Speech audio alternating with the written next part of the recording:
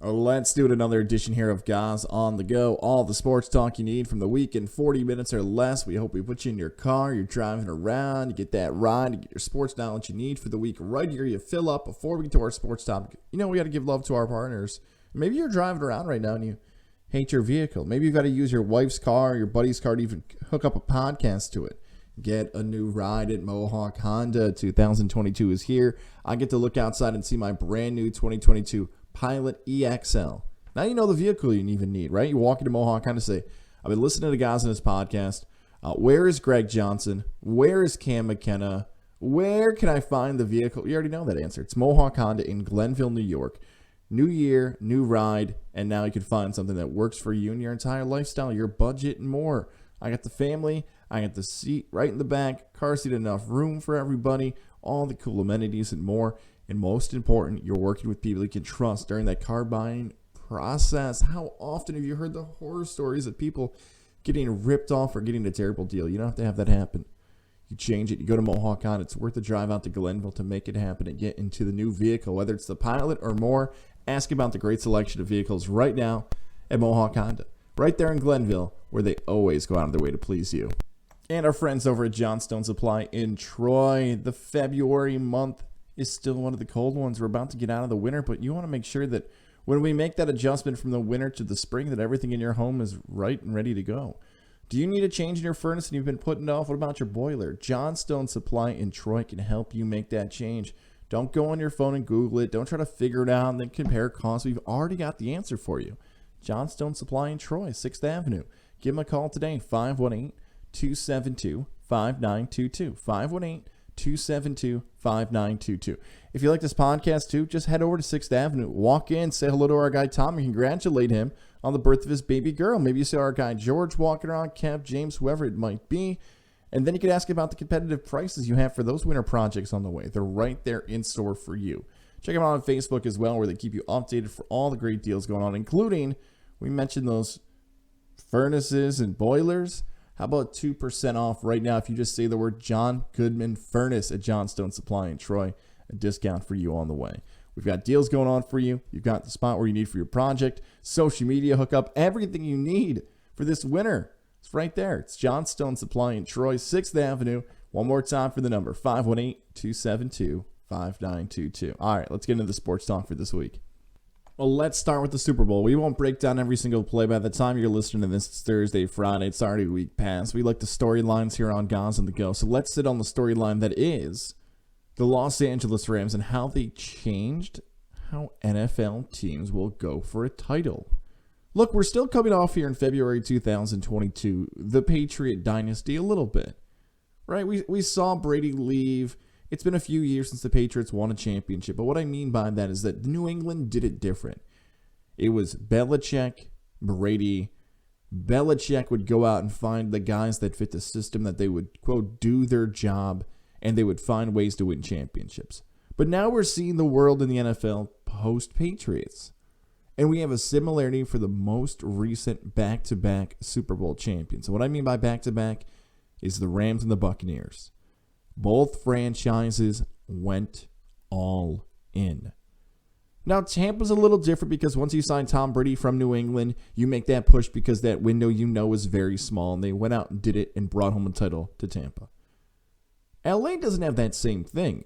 From the moment they moved the franchise out of St. Louis to the West Coast, Stan Kroenke, Les Snead, Sean McVay, their goal is to be able to bring a championship out west. Now, whether that's because of money, because of the NFL wanted to be proven that it was the right move to lose St. Louis as a market and move to Los Angeles, whatever, or hell, you're just a competitor.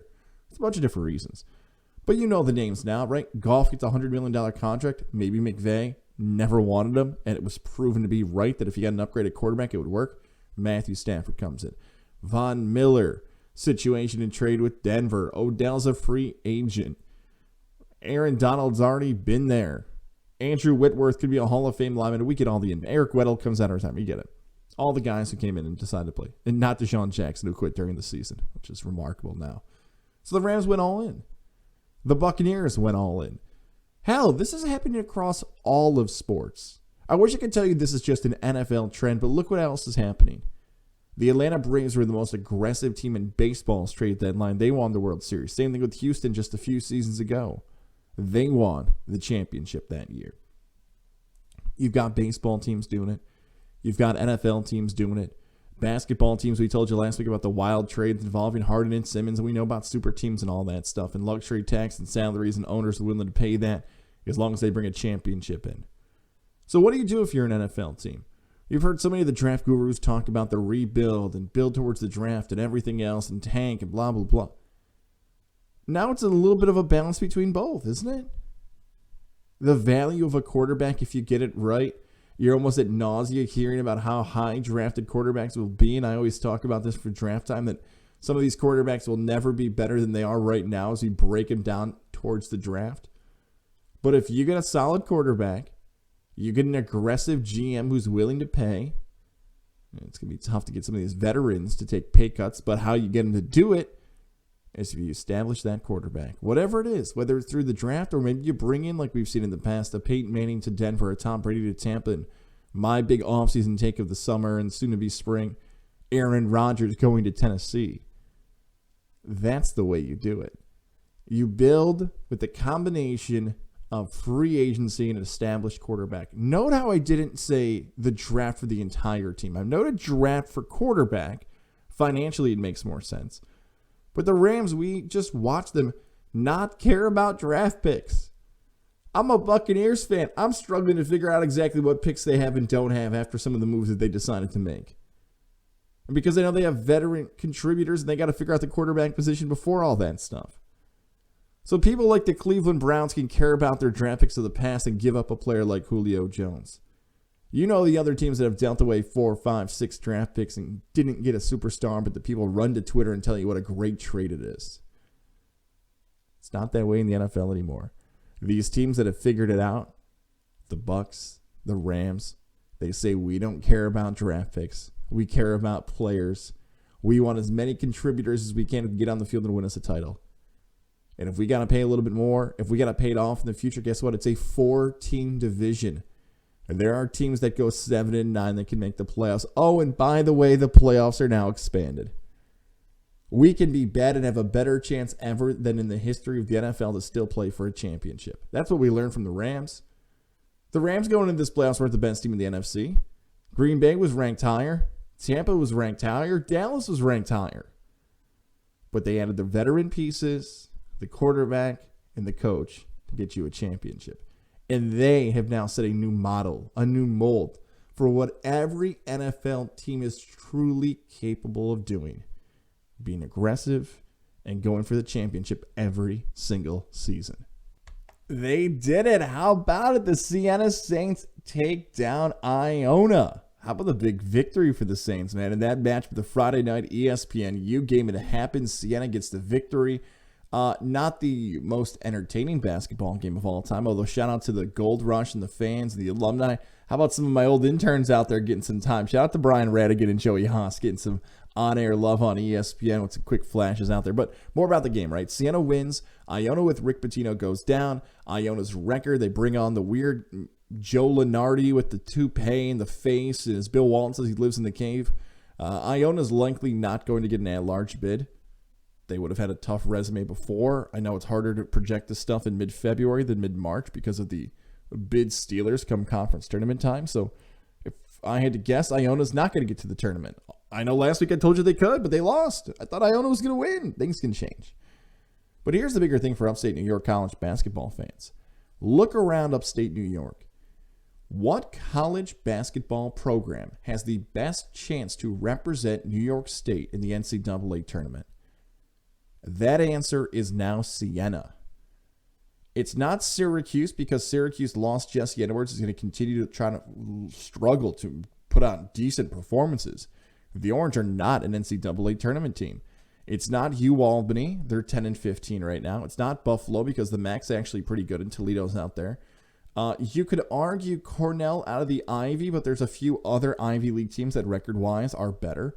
You could argue Colgate out of the Patriot League, but Colgate, in comparison record-wise to past Colgate teams that were in the NCAA tournament, this team's not as good. They're not dominating the Patriot League. And I know Army's in that same Patriot League. They're a team that's dancing around 500. Did I miss anybody? St. John Fisher, Rochester, Hobart, Cayuga, all those guys play Division III. So Siena now sits second in the MAC. Second. You know the stories. We've told you before. They should have been in the tournament in 2020. COVID hit. 2021, they had a chance to. They got knocked off by Iona. This is the opportunity for the Saints to get back in Atlantic City. I am hopefully going to be there for that game, the Friday and Saturday game. Say hopefully because a lot of things can change, seating and injuries and planning this whole trip. Godzilla Media hitting the road for the first time out of state, which is going to be wild. So all that stuff is happening. But Siena, Jackson Stormo can make plays. Gaines is a good player. Maybe we'll see some other younger guys come off the bench and hit some shots when needed. Coach Carm's a really good coach. You got the Gatorade. I shouldn't say Gatorade. The water bath that always goes viral when he hits back to the locker room. But here's the most important thing about that victory. As much as I could run through the players and break down the X's and O's of the game, it's that they went out and beat Iona. Iona has had this thing in March in the MAC tournament for years that nobody wanted to play them. And guess what? They backed it up. Iona beat people. Iona owned the Times Union Center, even though that's Siena's home floor. And I guess it's changed now to the MVP Arena. Now the confidence is there for Siena. Now they can go out and say, look at us. I feel like the Paul Rudd meme right now. We went out and beat you guys before. Now we get a neutral floor. We can do it again. Even though we won't have the gold rush, although Siena fans we know love to travel, and Patino's been talking about how Siena has such a better fan base than anybody else. Here we go. Here we go, upstate New York basketball fans. You want a team to root for come March Madness, the best chance you got is Siena. And we might get round 3 in Atlantic City on a Saturday night for the chance to punch the ticket for the New York team. Rooting for Coach Carm and his bunch because it can happen this season that Siena can get back to the NCAA tournament. Ever since I was a kid, I've been a fan of NBA All-Star Weekend. I love it. I enjoy it. It's really cool. The dunk contest, the three-point shootout. I wish they'd bring back the game where they combine the WNBA players and the past NBA players, the current NBA players, like basically a game of horse. You can do a lot of cool things. I know they got the skills challenge where the big guys compete against the guards. There's something about it. Maybe it's the lack of other sports on at that point with baseball locked down currently, football and college football on pause, that the NBA gets a night to themselves. Maybe that's why I've always found it attractive. Maybe it's just being a kid from the 90s that remembers how cool the NBA was with maybe, I wouldn't say more marketable players, but with Jordan and those big-time names still in the league, that Saturday night felt really fun to watch, and I've continued to do that. I bring that up because of this, for 2 reasons. One, this is now February All-Star month. We can stack up how the Pro Bowl and its events do against the NHL and their events, against the NBA this Saturday night and their events. Because the NHL was awesome. Las Vegas, they got like these obstacle things up on the strip. They're having all this fun. ESPN's got the coverage back. The NHL stuff was fun. Even if you weren't a hockey fan, how fresh were those sweaters looking, by the way, in high definition? So the hockey thing was great. The NFL, I don't know if it's marketing. I don't know if it's just not in the package every year for the. They never tell you when it's on. All-Star Weekend gets hyped up all the time by Turner Sports. The NFL stuff never gets hyped up, and maybe it's just exclusive to the NFL Network, but it feels like you never know what time anything's on or what's the big night because it's not Saturday. So the NFL doesn't do a good job of actually hyping up the events and making people care about it. I get some of that's taped too. They have the disadvantage of being outside in comparison to the NHL and NBA games that can just go whatever time they want. Weather's never a factor there. But I know what I'm getting for the NBA All-Star Game, and when it comes to three-point shootout in the dunk contest. And there's the criticism for some people. Guys, why are you spending so much time here in the three-point shootout and the dunk contest? It's an exhibition. Nobody cares. This is just a thing to fill time for Turner. It's the same thing every year. And there, again, is the problem. We just need a fresh storyline. We need a rivalry. You know, Zach LaVine versus Aaron Gordon is one of the great dunk contests of all time. Could we have gotten to go longer? If Zion Williamson wasn't sitting around New Orleans crushing beignets, then maybe we'd finally get a dunk contest with Zion. Hell, could you imagine Zion versus Ja Morant in the dunk contest? And I know I'm going to an old take of, they got to bring back the superstars to do it. Well, Blake Griffin did it. Zach LaVine's an all-star. We've seen all-stars do it now. Oh, all-stars I know about. Okay. Like, nobody's ever going to be satisfied. If Kenny Smith or somebody on Twitter, or it's like the lamest take, we've done this for 10 years, the dunk contest is back. Back from where? From Dr. J? Michael Jordan? Kobe? I just told you Levine and Gordon were just a few years ago. That's the thing, is like, what happens here with the three-point shootout and the dunk contest is it's so built on nostalgia, it almost undercuts that year's performance. How often have you seen a dunk contest use a dunk from the past in order to get what? A few more clicks on YouTube or Twitter to get more cheers from the hometown crowd, which is fine. The dunk contest is about that flash and everything else. They just need a fresh storyline. Maybe that's how you hype it up. Who's the best shooter in the world? Steph Curry versus. Who's the best dunker? How many times can he win it in a row? Can someone take him down? Maybe that's it. And the dunk contest has had issues on how to judge, right? People are yelling at Dwayne Wade that one year. People are yelling at the judging of a dunk contest. I can't tell you the perfect answer for it. Hell, I'll do this with Levac on our upcoming weekend show. What's the best way to grade a dunk? It's a great way to do it. If anything, you probably should turn it to social media and let people figure out how quickly the votes can come in. I'd give everybody a 10. If I was a judge for a dunk contest, I'd give everybody a 10. Every single time. I'm going to watch. I like it. It's entertaining. It's cool. It's fun. I just want a fresh storyline when it comes to this. And I hope, Turner might give us one very soon. Maybe. I hope. For a long time, my most bucket list sporting event was to go to an SEC tailgate. I got to do it for Florida Georgia about 10 years ago. Kentucky Derby was number one on the list. Got to do that. Seeing LeBron James play in person is still number one for me. Bucket list sports fan, that's number one. All of a sudden, shooting up the leaderboard is the Phoenix Open. Did you see that? That 16th hole, the fans going ballistic and having the time of their lives. That's why sports are so much fun, that people get to celebrate with strangers and have a great time and forget about all the worries and the problems of what's going on in their regular day life and get to have fun like that. You've heard this before. I'm sure I'm going to bring it back with golf majors and talk to you about how do you connect with younger fans and why people should care about golf and how do you connect with your world that is 2022. Does it always have to be like that? No. Does it have to be a scene out of Happy Gilmore and Shooter McGavin? Once you do it over and over again, it's going to lose its luster, and maybe that's why it's so much better, because you get it in such small doses. But the Phoenix Open is now number 2 for me. Seeing LeBron James play in person is 1, and going to that big old party is number 2. There's other college football events, but look, that all gets kind of grouped in with the SEC tailgate. The Super Bowl, I mean, you saw the prices for this stuff, right? Super Bowl's a good event to watch at your house. The NBA Finals, hockey playoffs are fun, but something about that Phoenix Open is different. It's fun. I listed here on our audio side the bucket list item. How many people, maybe you listening, made that number 2 now after watching that event? So much fun. Oh, by the way, next year, that same week, Super Bowl week, if the Buffalo Bills make it, could you imagine the Bills Mafia at the Phoenix Open? Oh, so good. So I was going to do quick hits here. We're going to leave the same graphic up here. Daytona 500 and Olympics. We'll go with the Olympics first here. Biggest storyline so far?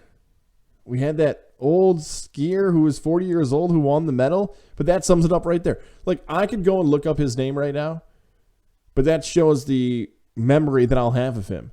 I know that it was Lindsey Jacobellis was his partner, but unfortunately, I can't think of his name off the top of my head right now. So if I can't think of his name, maybe he won't break through, and there's no chance I'm going to remember it 3 months from now, 6 months from now, a year from now.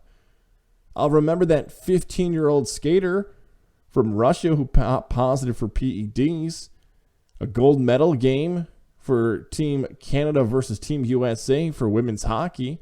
So we're getting more of these moments to pop through. But I made it a goal for myself to try to watch some of this Winter Olympic coverage. It's been whether the time zone, whether the lack of athletes, whether the lack of promotion from Peacock, to find it the must-watch, can't miss. It goes back to what we've talked about here in February. That's what sporting events has over the edge of sitcoms and dramas and everything else. The must-watch, can't miss element. The World 2022 can watch everything on demand. I haven't had that feeling yet for the Winter Olympics. I've got some storylines. Hockey game's close, but the can't miss event is not there. The Daytona 500 this weekend. We rarely, this might be the one and only time we talk about NASCAR on the podcast. I'll be quick with it, though. I'm going to hold that for later in the show. The Daytona 500 is truly one of the most important sporting events because it's a fan base that cares about it. It's one of the most marquee events of anything in American sports. I'm not going to break it down of what lane they got to turn, all this stuff. I'm going to give you a pick, though, because why the Daytona 500 is as popular as it is, it can get even more popular now with the continued focus on this in American sports. Nice little tease for later in the podcast. I like it. We are on the road to WrestleMania, and who would have thought the hype for this would be this good for this year's WrestleMania? 2-night event. It is loaded for the event returning to Dallas this year, Saturday and Sunday. Here's the one I want to focus on now. Before we break down the card and everything else, and the matches trailing away, this is the one about Stone Cold Steve Austin. There are reports from credible wrestling journalists that the WWE is thinking about having, for the first time in 19 years, Stone Cold Steve Austin come out of retirement to wrestle. That's right. 19 years later. Now, why are the reports out there? There's two reasons. One, the person he would wrestle is Kevin Owens, and Kevin Owens has signed a contract with the WWE within the last few months that he decided to stay. So what was in that big contract Kevin Owens had? He hasn't become the world champion yet. A lot of money always helps, but was somewhere in that contract, he didn't win the Royal Rumble, was that he was going to get a chance to wrestle Stone Cold Steve Austin at WrestleMania? And in the most recent episode with Kevin Owens, he insulted the state of Texas, kind of hinting that this actually might happen. Here's the thing with the Stone Cold rumors.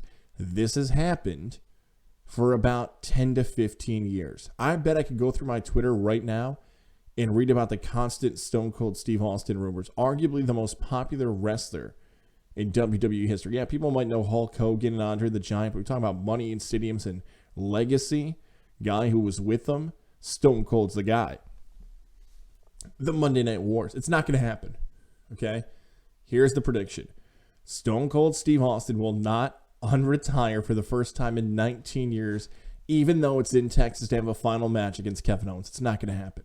Here's how confident I am that Stone Cold Steve Austin will not retire. And I will grab this cut for Levac if he wants it. I know we're talking about potentially using one of my Pearl Washington cutoffs as the March Madness punishment if I lose. I will change it right now.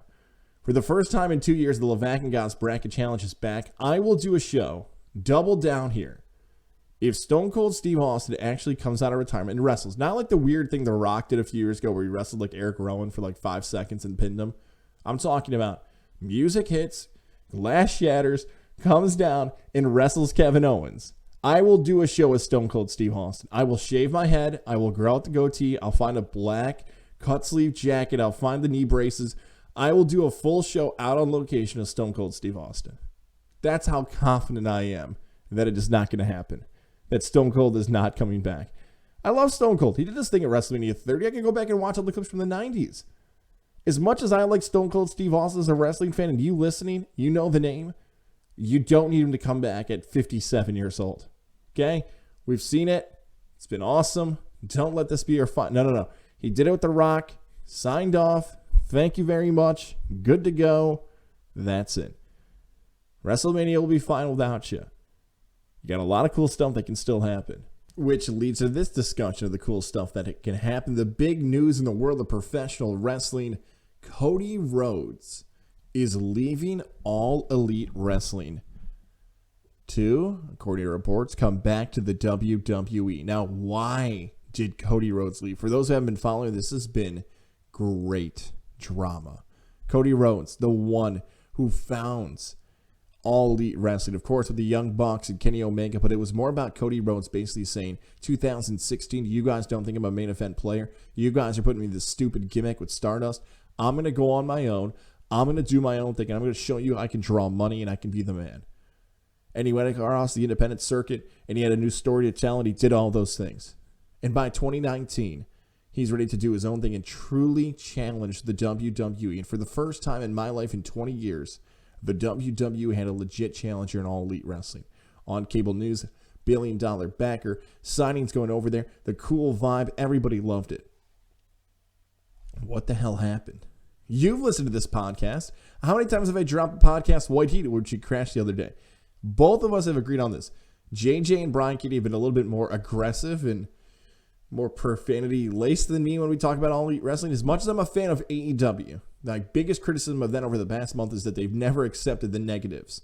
People trash the WWE. People trash Impact Wrestling. I'm talking about the locker room stuff, the drama behind the scenes. For 2 years, we never heard anything from All Elite Wrestling. Anything. Now, we could look at it a few ways. Was it because the guys like Dave Meltzer adore the AEW wrestlers and their buddies when they actually name moves after them? Is it because the AEW locker room's a little tighter and leaks don't get out there? In reference to Brody Lee getting sick, how tight that locker room was to keep that in-house that nobody really truly knew about it. But this is the first real drama, besides the big swole stuff that Tony Khan had on social media, that's really happened involving All Elite Wrestling. Sports Illustrated is saying that the reason why there was a separation is that Cody Rhodes wanted to be a part of the booking. Tony Khan said he wants to run the booking. That's where the split happened. And that's the answer. I'm going to be looking for this for years to come, and like other wrestling fans, of what the hell happened, where one guy goes from, we want to take down the WWE, this is it, this is our goal, this is our mission, to, I'm out, I'm done. It's egos, it's wrestlers, of course. They're looking out for themselves. But imagine, let's put ourselves in Cody Rhodes' spot for a second here, okay? You've got an investor, you've got an owner who gives you everything you want. You get to work with your friends, you get a business position, your wife comes, you get all the stuff that you want. You've got the popular backing. Here you go. Here's the money to play with. Great.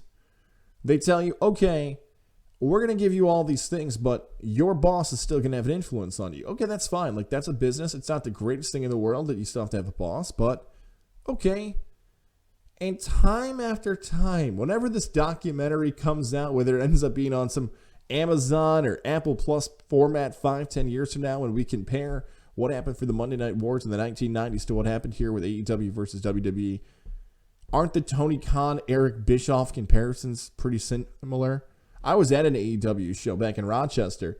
Tony Khan was there, and he got in the ring, and he was a face. And people have referenced Tony Khan's storylines, and Tony Khan does hits on Bustin' Open Radio. He has become a personality in similar fashion to Vince McMahon, Eric Bischoff, and other names that have, Dixie Carter, that have been a part of wrestling. He was not a behind-the-scenes guy. But what happens is with a guy like this is that he got addicted to it. Tony Khan's did a great job booking matches and producing everything else. I don't have a lot of criticism when it comes to the product of All Elite Wrestling. But what happens was Cody probably thought he could do it his way. The Young Bucks wanted to do something their way. Kenny Omega wanted to do something his way. It was the criticism from the start in 2019. It should have been conducted at that moment. You've got 4 wrestlers who want things done their own way. What the hell's going to happen when they book themselves? How are you going to make it work? It is working. But now what's happened is that shine, that brand new car smell is starting to disappear a little bit at All Elite Wrestling. Even though I'm a fan of the product, even though I enjoy watching it, the thought that it's always rainbows and butterflies at All Elite Wrestling, they're the greatest, woo! And their fans buy it. Some have finally said, hey, told you so. Told you that wasn't that great. And now for the future with him in the WWE, this is historic stuff. That a guy who straight up challenged the WWE is back. I told you before who was going to be the first AEW guy to jump, what it would do for their career, and Cody sniffed it out. What's going to happen? Is he going to be the world champion just like that? Show up to WrestleMania and win the title? Did someone figure this out, that all of a sudden you look at the championship picture, if you're going to do Reigns versus Lesnar, who was going to be the one to challenge Bobby Lashley if he's even the one with the championship at that point? Cody Rhodes off the street? Do you want to build a storyline where Cody Rhodes is going to Vince McMahon or Triple H or some authority figure? Is that what Shane McMahon wants? It's so good. It's so good. They're not going to put him in the Stardust gimmick. They're going to do something, but maybe a new era of the NWO. Maybe Cody's just going to show up and crash I don't know. But this is doing something for Raw that AEW had a few months ago. That CM Punk and Daniel Bryan and everything else, it became must-watch television again. However, post-pop, post-debut, you kind of had an idea of what Punk and Bryan were going to do. They've been champions before. They've had that path. They were going to feud with younger guys, and that's kind of the path they're on. I don't know how the hell the WWE is going to do this Cody Rhodes thing. And as much as people want to criticize the WWE, when they get stuff right, they get it more right than anybody in wrestling history. I thought this summer was a great time for wrestling fans. This has gotten better. I love the move for Cody Rhodes because I'm never going to sit here and criticize somebody that they felt like they did something best for their family. And reports are Brandy is not coming. Maybe Brandy's staying home with the baby. Maybe Cody's going to be off the road a little bit more, and that's the part of the deal come with the WWE. I can't wait to find out what's going to happen here for the future of AEW and the WWE and the battle and the war continuing.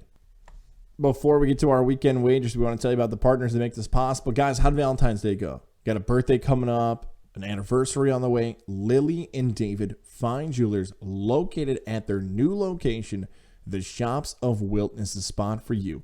Off Route 50, Lily and David Fine Jewelers will help you find exactly what she's looking for. Take it from me. I know from experience. I bought my engagement ring at Lily and David Fine Jewelers. They walked me through, said, guys, this will work. This fits your budget. She's going to love this, and here's the reasons why. When you're thinking about those huge purchases in your life, you want to make sure that you're working with someone that you're going to continue to work with in the future. And that's what I got the opportunity to do with Lily and David Fine Jewelers. Alyssa and her crew there, Tammy, everybody, David, the whole crew helps you find what she wants. And guys, don't forget about this. If you're already engaged, 2-for-1 wedding band sales always going on. You're prepping for that wedding, a great spot to make sure you can save some cash can happen at Lily and David Fine Jewelers. But if you're looking for the engagement ring, a great gift for her birthday or anniversary, I'm telling you, Lily and David Fine Jewelers, Shops of Wilton. Stop in, say hello, find out about everything, and when you stop in, tell me you heard about my story, from the engagement ring to the wedding bands to all the different things that have happened over the years and more. Tell me you heard about it right here. From Gaz on the Go, Lily and David Fine Jewelers, the Shops of Wilton. And our pal Jared Lozier at Northeastern Insurance. We're talking about saving some cash, making some moves here in 2022. How do your insurance policies look on the things that are important to you in your life? Your car, your home, maybe you're a small business owner like me. Trying to make those changes, trying to make those moves, trying to make sure the policies are right for you. Jared will shop the market for you. Think about how easy that is. You send one email, quote, can I save money? I'll give you a quote for what you need. JAREDL at nemail.com. JAREDL at nemail.com. Jared Lozier will shop the market for you and help next year when you're going through your finances. That's what I'm talking about right there, man. That's the savings I'm looking for. Great guy to work with, too. Northeastern Insurance, nominated, by the way, for the Times Union for the best insurance agency. That's how much love they get. Give him a call today, by the way. 518-956-3753. That's Jared's number, 518-956-3753. Jared Lozier, Northeastern Insurance. We talked about Lily and David buying the great gift for her when you win that big old parlay. Jared helping you save some cash in case the parlay doesn't go in your way. Now I'm going to give you the picks to cash in on. And by the way, thank you for not criticizing that I've been so awful with not keeping track of my record. What did I tell you in December? My New Year's resolution is keep track of my record. So it is February 16th. Here's the deal. I will make sure after this recording to go back and check my record on every sport. And I will add a description on the YouTube side and the Spotify side. You know, all the audio sides of what I did. Okay, let's go with the picks.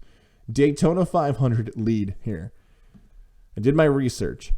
This guy has 11 top 10 finishes recently, but according to sites, he's listed at 66-1 to win the Daytona 500.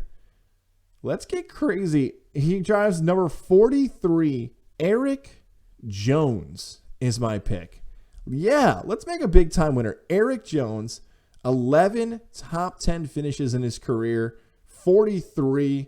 Richard Petty, yeah. I want to go with Eric Jones, and we're going to cash in a huge ticket there. Shout out to DraftKings. Eric Jones, my pick to win the Daytona 500. As for an NBA game this week, I love betting the Hornets. Oh, I love betting the Hornets so much. You know what? Yeah, Hornets, Heat, over. Give me like a 210. How about that? Even 220. 220 over. The line's not out for that Thursday night game between the Heat and the Hornets. Eric Jones to win the Daytona 500. All right, guys on the go. Levan Goss episode coming up this weekend. Check out ZillaMedia.com for all the info on more live shows on the way. Until then, talk again next week.